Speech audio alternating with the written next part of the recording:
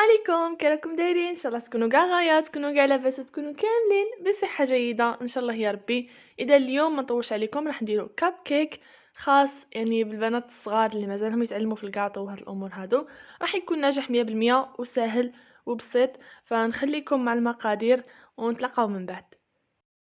اذا المقادير غادي نحتاجو هنا عندي 2 بيضات، وغادي نحتاجو ايضا الكاس سكر. هذا الكاس هذا يرفد 150 مليلتر، ولا تقدروا تستعملوا كاس العنبه بالنسبه للناس اللي عندهم كاس العنبه.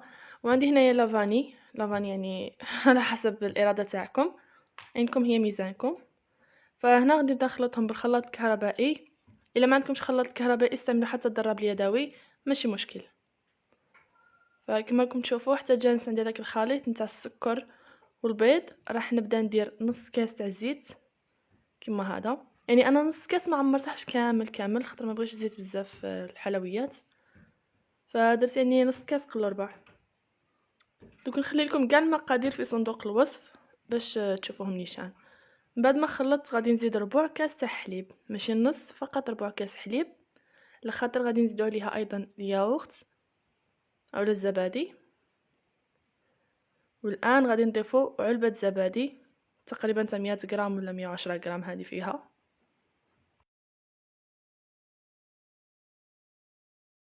غادي نبدا نخلط ايضا من دابا وجديد بالضراب الكهربائي. المهم خلطوا كامل المكونات حتى يتجانسوا مع بعضهم بعض. لما عندكمش الضراب الكهربائي ماشي مشكل، استعملوا فقط الخلاط اليدوي عادي، يعني نفس الشيء، المهم يكونوا متجانسين المكونات مع بعض وصافي.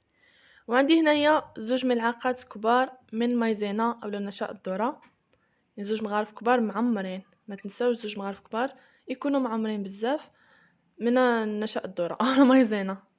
هنا من بعد ما خلطت كل شيء، هنا جبت كاس تاع فرينه، فقط كاس كما راكم تشوفوا معمر، يعني نفس الكاس اللي تعبروا به المقادير الاخرى عبروا به الفرينه باش يجيكم نفس القوام. وعندي هنايا واحده من لا ليفير ولا بيكين باودر او لا خميره الحلويات وزن 10 غرام، واحده فقط. وايضا راح نبدا نخلط مع بعض هذا العجين هذا. هنا ما استعملتش الخلاط الكهربائي، يعني فقط ضرب اليدوي. وهذا هو العجين اللي نتحصلوا عليه، اولا هذا هو الخليط اللي نتحصلوا عليه. ما تقلوش الخليط نتاعكم بزاف، ما تكثروش الفرينه بزاف، خاطر ديجا فيه نشاء الذره وتزيدوا تكثروا عاود الفرينه بزاف غادي تقالوا لكم يجيكم هكا مكلبزين، مش عارفه كيفاش نفهمكم، ولكن ما يجوش خفاف، يجوا تقال بزاف ما يجوش ملاح. وعندي الاضافه الاخيره هنايا اللي هي ملعقه نتاع خل تكون كبيره كما كتشوفوا معايا ديما دايره الفوضى اكيد. فكما قلت لكم اخر مرحله ولا اخر اضافه غادي نديرو ملعقه تاع خل كبيره. وكما قلت لكم ما تثقلوش العجينه، هذا هو الخليط اللي نتحصلوا عليه باش يجينا الكاب كيك تاعنا خفيف ومليح. الان راح نغطيها وندخلها الثلاجه على الاقل لمده ساعه ترتاح، ضروري خصها ترتاح.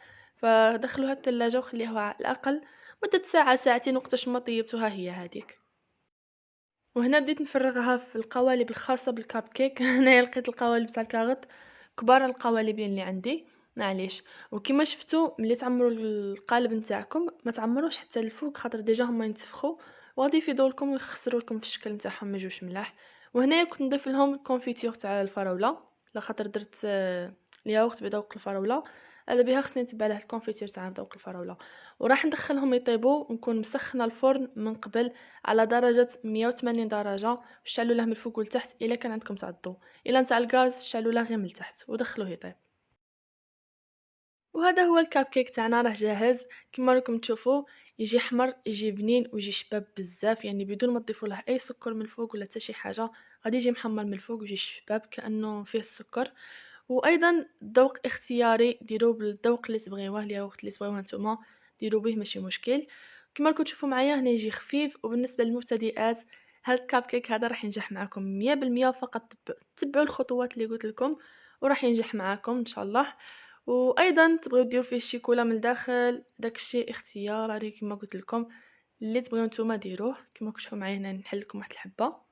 ها الكونفيتير هبط لي لتحت، يعني ما يقعدش الكونفيتير فيه الداخل في الوسط، سي ولا طيبتوه ومن بعد تجيبوا واحد الابره هكا وتبقاو تدخلوا فيه الكونفيتير.